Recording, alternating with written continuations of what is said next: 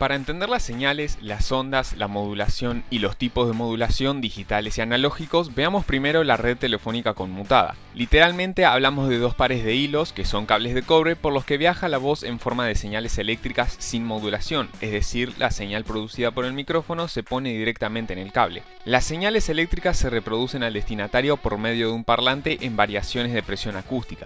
Evidentemente, este esquema se hace engorroso y costoso en términos de cableado cuando la cantidad de terminales aumenta. Es entonces que la necesidad de interconectar varios equipos terminales de datos entre sí y además a larga distancia creó la conversión de la señal adecuándola al medio por el que tiene que viajar. De esto se encargará el módem.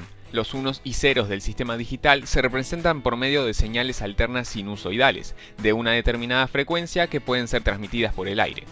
Aunque se dejan de lado muchos otros términos, esta es la introducción que nos lleva a las modulaciones. Las ondas son el fenómeno electromagnético, propagación de una perturbación electromagnética, y las señales serían el mensaje o información que contiene. Tenemos las señales digitales, sus parámetros representan saltos de voltaje, los famosos unos y ceros, como puede ser la información enviada por una computadora a otra computadora. Y las señales analógicas, donde su valor varía de forma continua, como puede ser la voz de una persona pasada a un micrófono. La modulación se crea y lleva a cabo hoy en día por la misma razón, el alcance que le suministra la señal. Expliquemos las bases de la modulación con la modulación AM. Tengo por un lado mi señal de onda, pongamos de ejemplo mi voz, representada en voltaje sobre tiempo, y la misma señal pero representada en el dominio de la frecuencia, a la que se le llama banda base. Esta proviene de una explicación re loca en donde cada flecha que ven representa la señal de voz pero con su determinada frecuencia, y del cálculo donde la frecuencia es inversamente proporcional a la longitud de onda, 1 sobre el periodo. Retomando entonces, el problema de enviar esta señal directamente a una antena es que su alcance será muy bajo debido a su baja frecuencia. ¿Qué es lo que necesito? Una señal portadora de alta frecuencia que de alguna manera contenga esa señal que quiero enviar.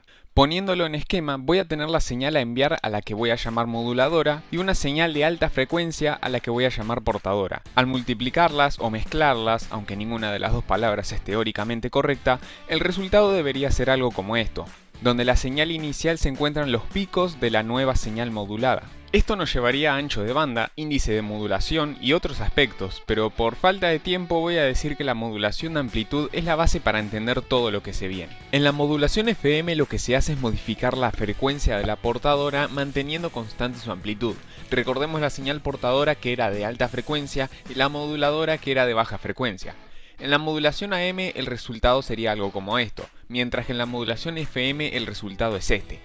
La principal consecuencia de la modulación en frecuencia FM es una mayor calidad de reproducción como resultado de su casi inmunidad hacia las interferencias eléctricas. Aunque en el fondo tenga muchas especificaciones técnicas, la modulación digital llegado a este punto es muy fácil de entender.